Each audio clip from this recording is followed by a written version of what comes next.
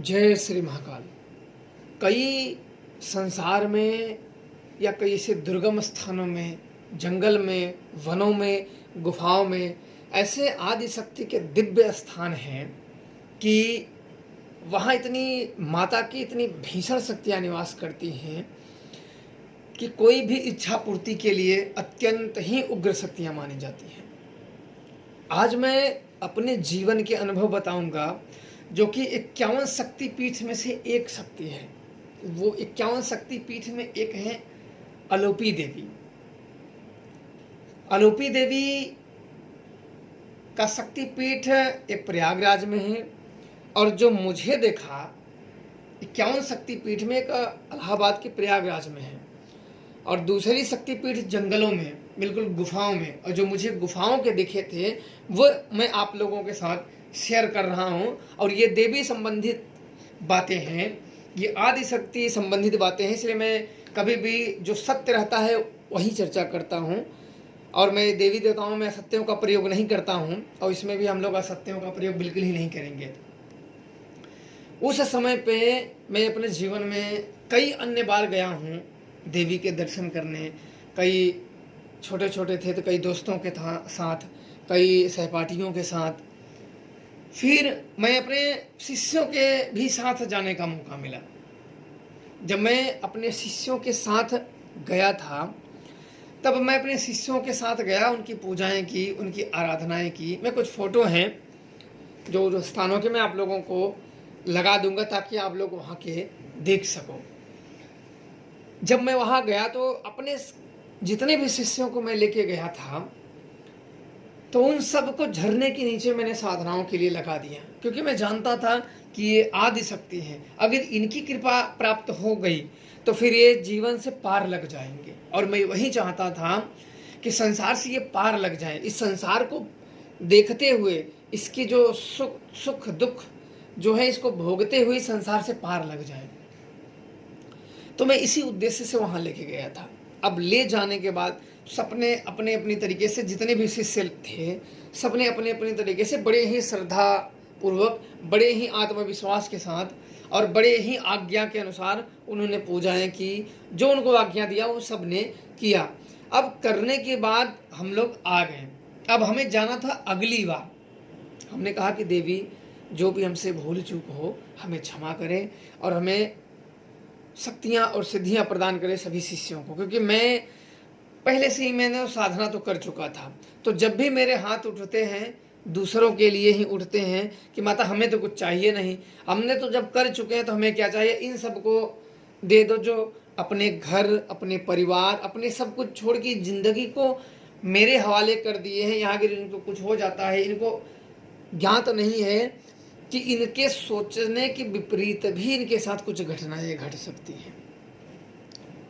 इनका बस इतना विश्वास है कि गुरुजी हैं, हमारी रक्षा करेंगे। तो देवी अवश्य इन सब को ऐसे प्रदान करें कि अपने जीवन में, अपने लक्ष्य में जो ये कामना करते हैं उस लक्ष्य में ये सफल हो जाएं। अब वहाँ आने के बाद मैं सोया। सोने के बाद मुझे उन देवी के दर्शन हुए।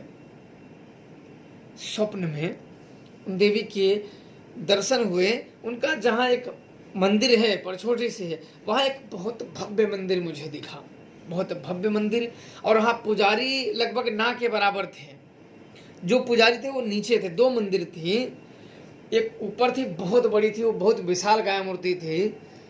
वो बिल्कुल देवी पे पूरे गेंदे के फूल चढ़े थे, पूरा एकदम सजा सवरा था। उसको मैं शब्दों में नहीं कह सकता क्योंकि उनकी स्मृतियाँ मेरे माइंड में ही है। मैं बताने का आप लोगों को प्रयास अवश्य कर रहा हूँ पर वो चीज़ मैं शब्दों से नहीं बांध पा रहा हूँ। देवी को मैं शब्दों से नहीं बांध पा रहा हूँ। आप लोग उस चीज़ को समझ जाइए।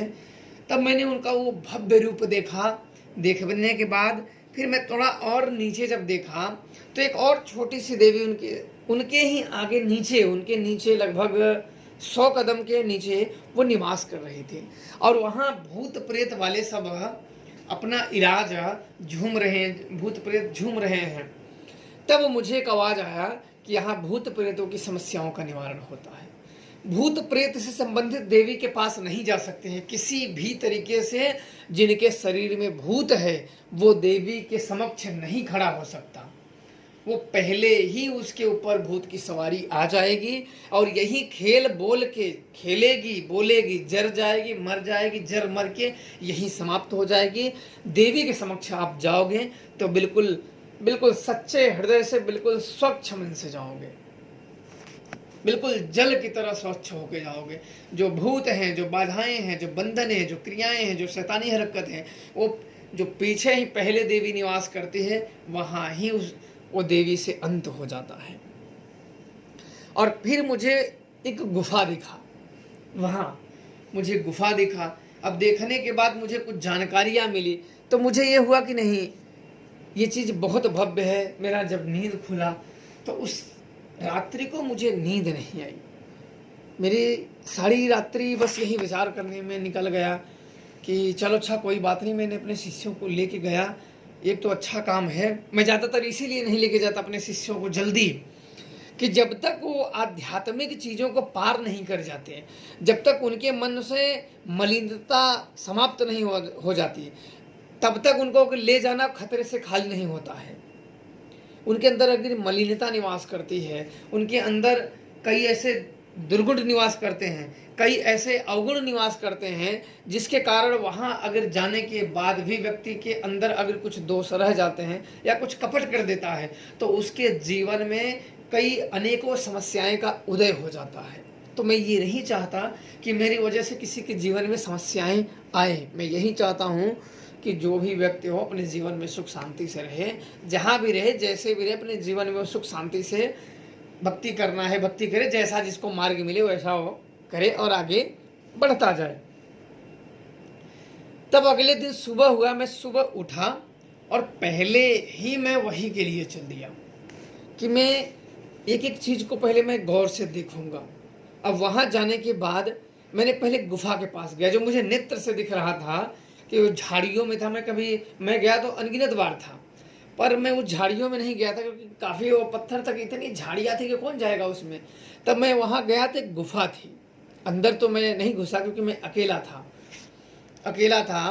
अब यहाँ मैं बता दूं कि अभी जो नवरात्र गया है, आप लोगों को पता है, अनुभव मैंने बताए थे कि शिष्यों को मैंने वहाँ लेके गया, रात्रि को आज्ञा नहीं मिली, सभी के नाम ले लेके वहाँ के प्रेत बुलाने लगे, बिल्कुल जैसे मैं आपसे अभी बता रहा हूँ ना, इस तरीके से वो नाम बताने लगे सब कि ये है, ये समस्या है, ये बाधाएं हैं, ये क्रिया है, वे सब नाम ले लेके बताने लगे, बुलाने लगे। तो सब लोग का भय हो गया। तो इसीलिए मैं ये नहीं चाहता कि किसी को जब तक वो तत्व ज्ञान ना हो प्राप्त हो, जब तक वो उस चीज़ को छू ना लो, अपने शरीरों के बारे में या चक्रों के बारे में इसका भेदन ना कर लो, तब तक थोड़ा सा फूक फूक के कदम रखना पड़ता है ताकि अनहोनियाँ ना घटे। अब इसके बाद मैंने गुफा देखा, एक बात सत्य निकल गई। वहाँ से आया, मैंने देवी की पूजाएं की, पहले स्नान किया, फिर देवी की पूजा की और फिर मैंने वहाँ देख विद्या मैंने लगाई।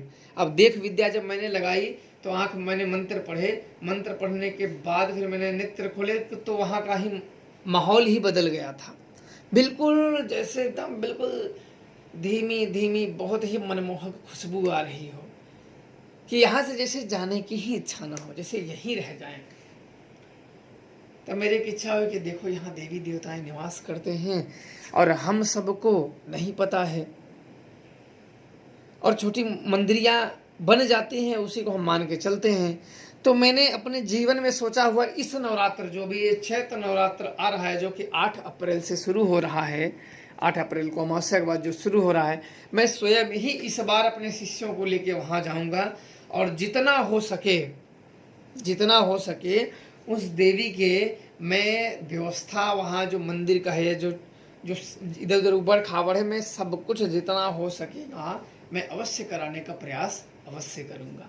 मैं चाहता हूँ कि अपने देवी देवता, जो अपने हिंदू धर्म के देवी देवताएं हैं, वो उदय हो, वो कहीं गुप्त मार्ग में ना रहें, वो बड़े मुश्किल से बड़े नसीब वालों को वो किसी भी प्रकार से संपर्क साधती है और अपने होने का एहसास दिलाती है। मैं चाहता हूँ कि माता अलोपी देवी जैसे मुझे दर्शन दिए और मुझे जानकारियाँ दी, वैसे मैं चाहता हूँ कि सभी को माता दर्शन दें और सभी पे कृपा प्राप्त करें। आप लोग खुश रहें, प्रसन्न रहें। नवरात्रि में अवश्य जो काम होगा उनका अवश्य आप लोगों के साथ शेयर करेंगे और ज़रूर आप लोगों को दिखाएंगे कि माता के आप लोगों का दर्शन करो। और अवश्य मैं अपने शिष्यों के साथ एक रात अवश्य मैं रुकूंगा उस स्थान पे, अपने शिष्य लोगों को मैं लेके उस स्थान पे अवश्य एक रात में बिताऊंगा, ताकि उस देवी के हम लोग अधिक से अधिक कृपा के पात्र बन जाएं और सभी के जीवन में एक सुखमय जीवन हो, एक देव आभा मंडल हो और उन देवी के आशीर्वाद से उनको सिद्धियां, शक्तियां, ज्ञान बड़े ही सुलभ प्राप्त हो जाए। मैं भी चाहता हूं कि जो भी व्यक्ति हो वो भटके ना, कहीं इधर उधर उसके जीवन में भटकाव ना हो, कोई समस्या ना आए। तो इसीलिए मैं अलूपी देवी से प्रार्थना करता हूँ, उस आदि शक्ति से, उस भयंकर शक्ति से, कि समस्त शिष्यों को, मेरे शिष्यों को आशीर्वाद रखें और जैसे मुझे दर्शन दिया उसे मेरे समस्त शिष्यों को दर्शन दें और आशीर्वाद दें और उनका जीवन सुखमय करें और उनको मुक्ति का मार्ग सुझाएं। जय श्री महाकाल।